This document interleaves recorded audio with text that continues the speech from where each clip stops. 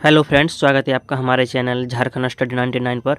Friends, आज की इस वीडियो में कवर करेंगे पेपर 2 हिंदी के 100 महत्वपूर्ण एमसीक्यू टेस्ट को। और ये जो फ्रेंड्स सारे सवाल हैं एग्जाम के अकॉर्डिंग है, यानी इसी तरह के सवाल जो है आपको एग्जाम पर देखने को मिलेंगे। तो आप वीडियो के अंत तक बने रहिए। अगर आपको वीडियो पसंद आए तो एक लाइक जरूर कीजिएगा और चैनल पर नहीं तो सब्सक्राइब कीजिएगा।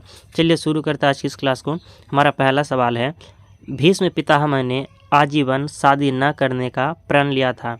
रेखांकित शब्द का समास क्या होगा? ये जो रेखांकित शब्द है आजीवन, यह कौन सा समास होगा? तो अव्ययी भाव समास। यह कौन सा समास है? तो अव्ययी भाव समास है। नेक्स्ट सवाल है, कर्मधारय समास का उदाहरण क्या है? श्वेत पत्र। श्वेत पत्र जो है यह कर्मधारय समास का उदाहरण है। तीसरा सवाल है, अंडे का शहजादा का क्या अर्थ है? तो अनुभवहीन व्यक्ति। अंडे का शहजादा का अर्थ है अनुभवहीन व्यक्ति। चौथा सवाल है, एड़ियाँ रगड़ना मुहावरे का सही अर्थ क्या होगा? बहुत दौड़ धूप करना। पांचवा सवाल, निम्न में से संज्ञा शब्द है, संज्ञा शब्द कौन सा है? तो इसका आंसर हो जाएगा option number C, Ganga. Ganga जो है यह संज्ञा शब्द है। नेक्स्ट सवाल है, इनमें से कौन सा शब्द भाववाचक संज्ञा नहीं है? तो सोना। सोना जो है भाववाचक संज्ञा नहीं है। माँ ने बाजार से कपड़ा खरीदा, रेखांकित का कारक बताइए। इस पर कौन सा कारक है? तो ऑप्शन नंबर सी राइट हो जाएगा, कर्ता कारक। कर्ता का ने चिन्ह होता है, इसीलिए माँ ने जो है यह कर्ता कारक है। आठवां सवाल है, निम्न में से कर्ता कारक का प्रसर्ग कौन सा है? तो से है। 8 का बी आंसर हो जाएगा से। कर्ता कारक का प्रसर्ग से है, जबकि कर्ता कारक का चिन्ह ने है। 9वां सवाल की ओर चलते हैं। हमारा 9वां सवाल है, निम्न में से विशेषण शब्द क्या है? इस पर जो है 4 ऑप्शन दिए गए, तो इनमें विशेषण शब्द क्या है? तो उचित। उचित जो है विशेषण शब्द है। वे अच्छी लड़कियां हैं, वाक्य में विकारी विशेषण कौन सा है? तो वे जो है विकारी विशेषण है। नेक्स्ट सवाल है, इनमें से कौन सा शब्द विशेषण नहीं है? कौन सा शब्द है जो विशेषण नहीं है? तो भव। भव जो है विशेषण नहीं है, जबकि भीरु, निर्भीक, भयभीत ये सभी विशेषण है। कौन सा संयुक्त क्रिया का भेद नहीं है? 4 ऑप्शन पे कौन सा है जो संयुक्त क्रिया का भेद नहीं है? तो नामबोधक। नामबोधक जो है यह संयुक्त क्रिया का भेद नहीं है, जबकि नित्य बोधक, अवकाश बोधक, निश्चय बोधक ये सभी संयुक्त क्रिया का भेद है। नेक्स्ट सवाल है, मुझे किस प्रकार का सर्वनाम है?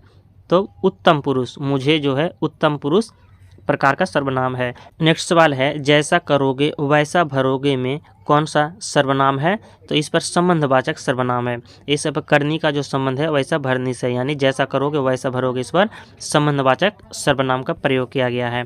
हिंदी की उत्पत्ति किस अपभ्रंश से मानी जाती है? तो सौरसेनी अपभ्रंश से। हिंदी की उत्पत्ति सौरसेनी अपभ्रंश से मानी जाती है। मुस्लिम शासकों के समय भारत में न्यायालयों की भाषा कौन सी थी? तो अरबी और फारसी। मुस्लिम शासकों के समय भारत में न्यायालयों की भाषा अरबी और फारसी थी।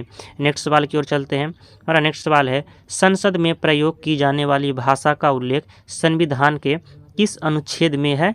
तो अनुच्छेद 120 पर है। संसद में जो प्रयोग की जाने वाली भाषा होगी वह संविधान के किस अनुच्छेद में हो जाएगा? 120 अनुच्छेद में। नेक्स्ट सवाल है, हिंदी सलाहकार समिति किस मंत्रालय में गठित की जाती है? तो गृह मंत्रालय में, शिक्षा मंत्रालय में, वित्त मंत्रालय में, या सभी मंत्रालय में? तो इसके आंसर हो जाएगा ऑप्शन नंबर डी, सभी मंत्रालय में। हिंदी सलाहकार समिति गृह मंत्रालय के द्वारा, शिक्षा मंत्रालय के द्वारा और वित्त मंत्रालय के द्वारा गठित की जाती है।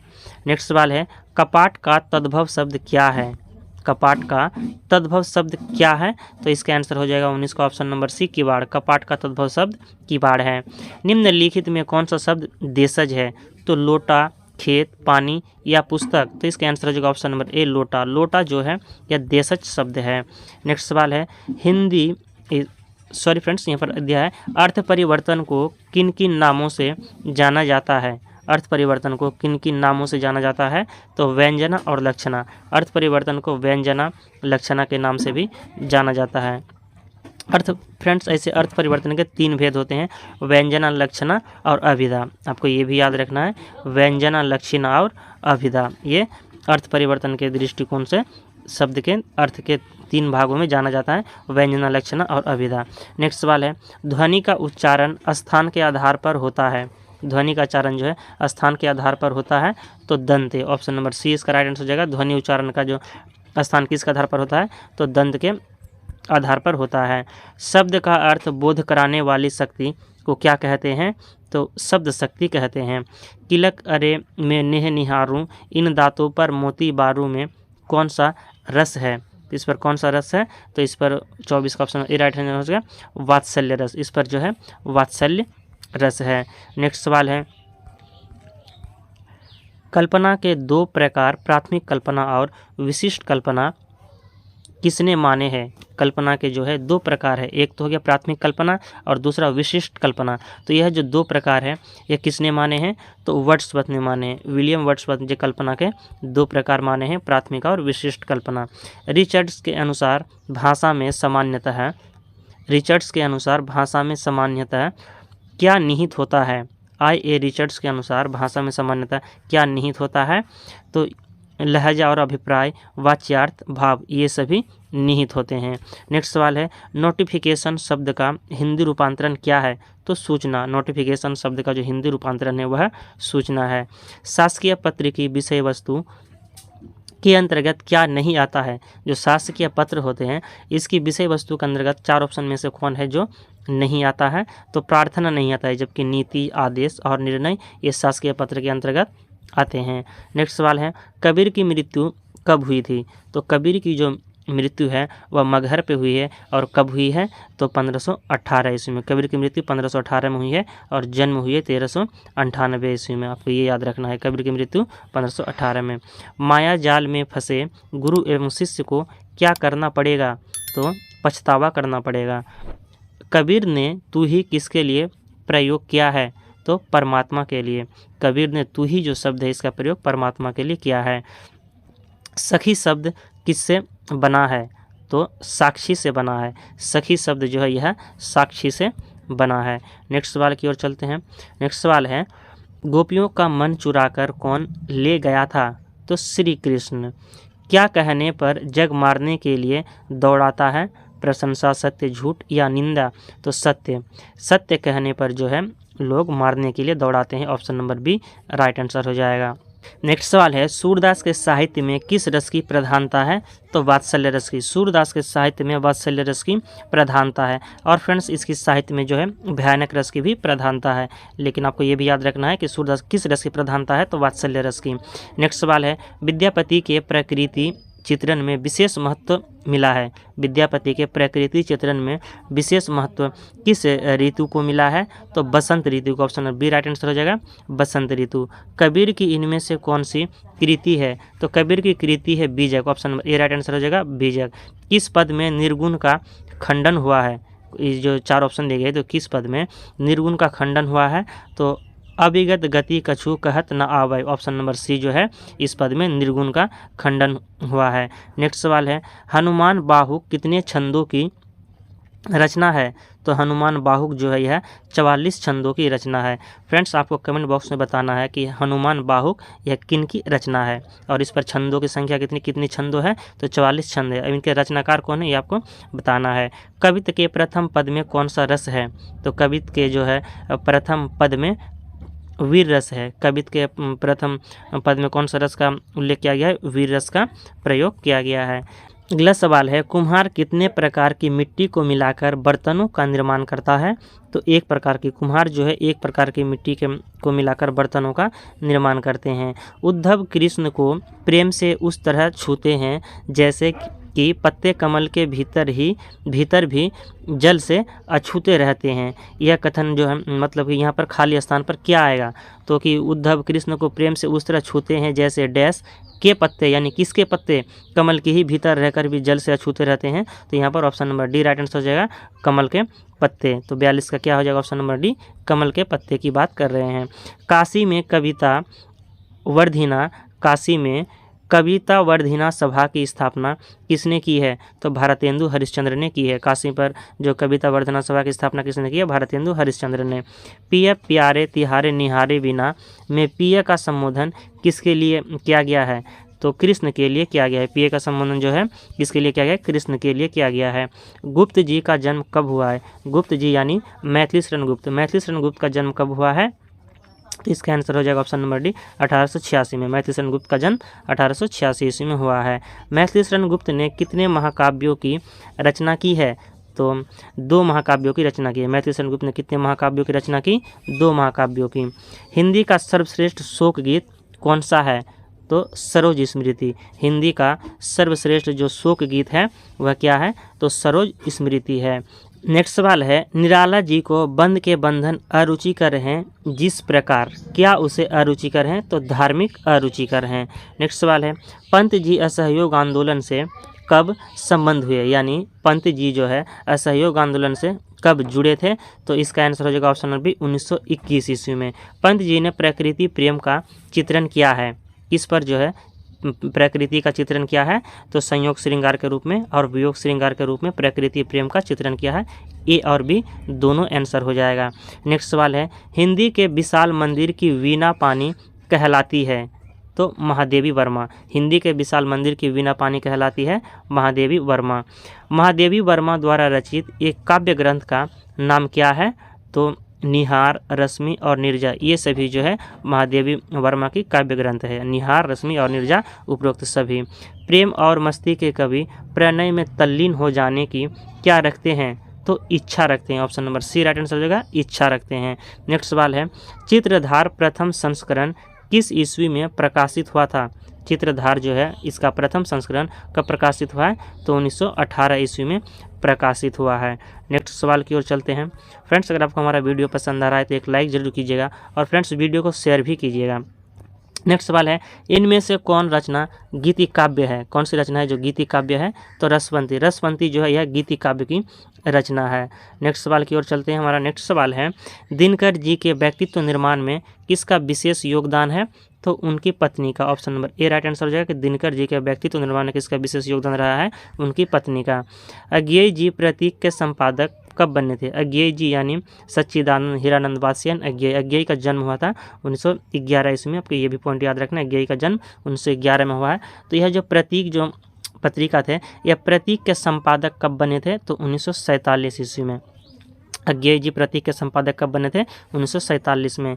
नई कविता नाम के जनक कौन है? तो अज्ञेय है। नई कविता नाम के जनक अज्ञेय है। नागार्जुन का जन्म कब हुआ था? तो नागार्जुन का जन्म हुआ है 1911 ईस्वी में। अज्ञेय का जन्म और नागार्जुन का जन्म का एक ही ईस्वी है, 1911 ईस्वी। नागार्जुन का भी जन्म 1911 और अज्ञेय का भी जन्म 1911 ईस्वी में। नागार्जुन के व्यंग्य की धारा क्या है? नागार्जुन के जो व्यंग्य है उनकी धारा क्या है? तो 60 का आंसर हो जाएगा ऑप्शन नंबर बी अत्यंत ही तेज। नागार्जुन के व्यंग्य की धारा जो है अत्यंत ही तेज है। सर्वेश्वर दयाल सक्सेना की मृत्यु कब हुई थी? तो 1983 ईस्वी में। सर्वेश्वर दयाल सक्सेना की मृत्यु 1983 ईस्वी में हुई है। सर्वेश्वर ने किस पत्रिका का संपादन किया था? तो दीनमान पत्रिका का। सर्वेश्वर दयाल सक्सेना दीनमान पत्रिका का संपादन किया है। नेक्स्ट सवाल है, धूमिल ने ITI किस ट्रेड में किया था? कवि धूमिल जो है जिनका नाम है सुदामा पांडे, तो कवि धूमिल ने ITI किस ट्रेड में किया है? तो विद्युत ट्रेड में। Option number A right answer हो जाएगा विद्युत। धूमिल की काव्य भाषा में एक जबरदस्त गर्माहट कहाँ से आती है? तो जेठ की दोपहरी से। Option number A right answer हो जाएगा जेठ की दोपहरी से। गोदान में कितने अध्याय हैं? गोदान उपन्यास जिनके लेखक प्रेमचंद है, तो गोदान उपन्यास में जो है कितने अध्याय हैं? तो 36 अध्याय हैं। गोदान उपन्यास में कितने अध्याय हैं? 36 अध्याय हैं। मार्टिन का मानसिक संतुलन बिगड़ने के बाद कहाँ भेजा गया था? इसका आंसर हो जाएगा ऑप्शन नंबर कांके का पागलखाना। मार्टिन का जब मानसिक संतुलन बिगड़ जाते हैं तो उन्हें कांके का पागलखाना भेजा गया था। कार्तिक पूर्णिमा को शिवपालगंज से कितनी दूरी पर मेला लगता था? कार्तिक पूर्णिमा को तो 5 मील की दूरी पर। Option number A right answer हो जाएगा 5 मील की दूरी पर। गोदान में प्रेमचंद ने आत्मा की काया के डैश के सहोर हो बताया है, तो इसका आंसर जो है ऑप्शन नंबर बी हो जाएगा धनिया। गोदान में प्रेमचंद ने आत्मा की काया धनिया के सहोर के बारे में बताया है। नेक्स्ट सवाल है, चिचाई की माँ किसको डाइन कहती थी? तो चिचाई की माँ जो है पार्वती की माँ को डायन कहती थी। चिचाई की माँ किसको डायन कहती थी? तो पार्वती की माँ को। अगले सवाल की ओर चलते हैं। हमारा 70वां सवाल होगा, कहा तो घास खोद रहा हूँ अंग्रेजी में इसे रिसर्च कहते हैं। राग दरबारी में किसके द्वारा यह जो कथन है कहा गया है, तो रंगनाथ के द्वारा कहा गया। Option number C right answer हो जाएगा, रंगनाथ। यह बहुत ही इंपॉर्टेंट कथन है, आपको याद रखना है कि कहा तो घास खोद रहा हूँ, अंग्रेजी में इसे रिसर्च कहते हैं। या राग दरबारी उपन्यास जिनके लेखक श्री लाल शुक्ल हैं, तो यह किसका कथन है, तो रंगनाथ का कथन है। आचार्य रामचंद्र शुक्ल के अनुसार भारतेंदु के कितने नाटकों का उल्लेख है, तो 15 नाटकों का उल्लेख है। आचार्य रामचंद्र शुक्ल के अनुसार भारतेंदु के कितने नाटक का उल्लेख है, तो 15 नाटकों का उल्लेख है। कुग्रह को देख कौन भयाक्रांत हो जाता है, तो शकराज। शकराज जो है कुग्रह को देख भयाक्रांत हो जाता है। अशोक किसे सारी चीलें दे देता है, कहानी के अनुसार ये जो अशोक है, अशोक कैरेक्टर, तो अशोक किसे सारी चीलें दे देता है, तो सुरेखा को। अशोक सारी चीलें सुरेखा को दे देता है। खड़ी बोली में लिखित दूसरा नाटक क्या है, तो विद्या सुंदर है। खड़ी बोली में लिखित दूसरा नाटक विद्या सुंदर है। मिहिर देव कौन था, मिहिर देव कौन था, तो कोमा के गुरु। कोमा के गुरु का नाम मिहिर देव था। अशोक किससे प्रेम करता था, तो वर्णा से। Option number C right answer हो जाएगा। अशोक किससे प्रेम करता था, वर्णा से प्रेम करता था। ठाकुर सरदार सिंह ने शराबी को कितने रुपये दिए थे, इजी सवाल है फ्रेंड्स, तो 1 रुपये। ठाकुर सरदार सिंह जो है शराबी को 1 रुपये देते हैं। और यह ठाकुर का कुआं कहानी से संबंधित है, जिनके लेखक प्रेमचंद है। अगला सवाल हमारा प्रेमचंद से ही संबंधित है। प्रेमचंद की मृत्यु कब हुई थी, तो 8 अक्टूबर 1936 ईस्वी को। प्रेमचंद की मृत्यु 8 अक्टूबर 1936 ईस्वी को हो गई थी। नीलम देश की राजकन्या कहानी के लेखक कौन है, तो नीलम देश की राजकन्या कहानी के लेखक हैं जैनेंद्र कुमार। नीलम देश की राजकन्या कहानी के लेखक जैनेंद्र कुमार है। निर्मल वर्मा का जन्म कहाँ हुआ था, तो हिमाचल प्रदेश के शिमला पर। निर्मल वर्मा का जन्म कहाँ हुआ है, तो शिमला पर हुआ है। शिमला जो हिमाचल प्रदेश की राजधानी है। कमलेश्वर किस युग के कहानीकार हैं, कमलेश्वर किस युग के कहानीकार है, तो प्रेमचंदोत्तर युग। कमलेश्वर प्रेमचंदोत्तर युग के कहानीकार है। वापसी के कथानायक कहाँ से अवकाश प्राप्त करते हैं, वापसी कहानी जो है, वापसी कहानी के कथानायक जो है कहाँ से अवकाश प्राप्त करते हैं, तो रेलवे की नौकरी से। ऑप्शन बी राइट आंसर हो जाएगा, रेलवे की नौकरी से। यशपाल ने बीए की शिक्षा कहाँ से ग्रहण की है, तो लाहौर के नेशनल कॉलेज से। Option number C right answer हो जाएगा। यशपाल ने बीए की शिक्षा कहाँ से ग्रहण की है, तो लाहौर के नेशनल कॉलेज से। मुझे अफसोस होने लगा कि मिस पाल को बस में जगह नहीं मिली, यह किसका कथन है, तो यह कथन है रंजीत का।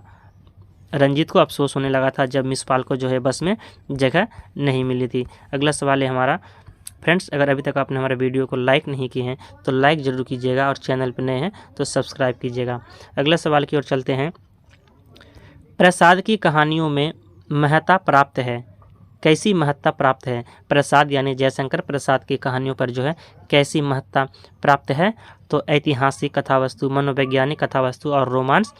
तो इसका आंसर हो जाएगा ए और बी दोनों, मतलब कि ऐतिहासिक कथा वस्तु भी महत्ता प्राप्त है और मनोवैज्ञानिक भी प्राप्त है। प्रेमचंद की कथा भूमि रही है, प्रेमचंद की जो कथा की भूमि रही है वह तो क्या है, तो निम्न मध्य वर्ग। Option number A right answer हो जाएगा, निम्न मध्य वर्ग। जैनेंद्र कुमार की कहानियाँ इनमें से किसके विरुद्ध प्रतिक्रिया करती है, तो रूढ़िवादिता का। जैनेंद्र कुमार की कहानी रूढ़िवादिता के विरुद्ध प्रतिक्रिया करती है। निर्मल वर्मा प्रारंभ में किस पेशे से जुड़े थे, तो अध्ययन से। निर्मल वर्मा प्रारंभ में किस पेशे से जुड़े हुए थे, तो अध्ययन से जुड़े हुए थे। दिल्ली में दीवानचंद की मौत किस ऋतु में हुई थी, तो शरद ऋतु में। Option number C right answer हो जाएगा, शरद ऋतु में। दिल्ली में जो दीवानचंद की मौत हो जाती है वह किस ऋतु में हुई है, तो शरद ऋतु में हो जाती है। नेक्स्ट सवाल है, विवाह के बाद उषा प्रियवंदा पति के साथ कहाँ गई है, तो America. Option number A right answer हो जाएगा, अमेरिका। विवाह के बाद उषा प्रियवंदा पति के साथ अमेरिका चले जाते हैं। निम्नलिखित उपन्यासों में से कौन सा उपन्यास यशपाल द्वारा लिखा गया है, तो दादा कामरेड, दिव्या या देशद्रोही या ये सभी, तो इसका आंसर हो जाएगा ये सभी। यशपाल द्वारा लिखा गया जो उपन्यास है दादा कामरेड, दिव्या और देशद्रोही, यह तीनों उपन्यास यशपाल द्वारा लिखा गया है। रंजीत से मिस पाल की अकस्मात भेंट कहाँ हुई थी, तो रायसन में। ऑप्शन नंबर सी जो है रायसन में हुई थी। रंजीत को मिस पाल की अकस्मात भेंट कहाँ हुई है, तो रायसन पे भेंट हुई है। अगले सवाल की ओर चलते हैं। अगला सवाल है, जय मयंक जस चंद्रिका के रचयिता का नाम क्या है, तो मधुकर कवि हैं। जय मयंक जस चंद्रिका के रचयिता मधुकर कवि हैं। अगला सवाल है, नाभादास कृत भक्तमाल की भाषा क्या है, यानी भक्तमाल के रचनाकार कौन है, तो नाभादास है। भक्तमाल के रचनाकार नाभादास। तो इनकी जो भाषा है तो कौन सी भाषा है, तो ब्रज भाषा है। नाभादास की जो भक्तमाल की भाषा ब्रज भाषा है। भाव विलास किसकी रचना है, तो भाव विलास देव की रचना है। कवि देव की रचना क्या है, भाव विलास है। भाव विलास के रचनाकार कौन है, तो देव हैं। नेक्स्ट सवाल है, विज्ञान गीता किस आचार्य कवि की कृति है। विज्ञान गीता किस आचार्य कवि की कृति है, तो केशव दास की है। विज्ञान गीता केशव दास। भारत भारती के रचनाकार कौन है, तो भारत भारती के रचनाकार है Maithili Sharan Gupt. Option number B right answer हो जाएगा। भारत भारती के रचनाकार है मैथिली शरण गुप्त हैं। नेक्स्ट सवाल है, लाल तारा के रचनाकार कौन है, तो लाल तारा के रचनाकार हैं राम वृक्ष बेनीपुरी। राम वृक्ष बेनीपुरी लाल तारा के रचनाकार हैं। नेक्स्ट सवाल है, हमारी जापान यात्रा किसके द्वारा रचित यात्रा वृत्तांत है, तो कन्हैया लाल मिश्र के द्वारा। हमारी जापान यात्रा कन्हैया लाल मिश्र के द्वारा रचित यात्रा वृत्तांत है।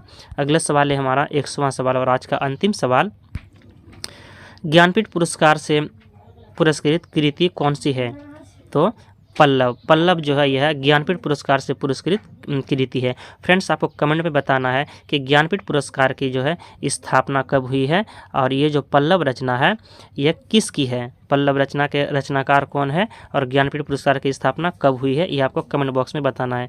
तो फ्रेंड्स आपका कमेंट का मुझे इंतजार रहेगा। अगर आपको आज का वीडियो पसंद आया है तो एक लाइक जरूर कीजिएगा और चैनल पर नहीं तो सब्सक्राइब कीजिएगा। मिलते हैं नेक्स्ट टेस्ट को लेकर बहुत जल्द। जय हिंद।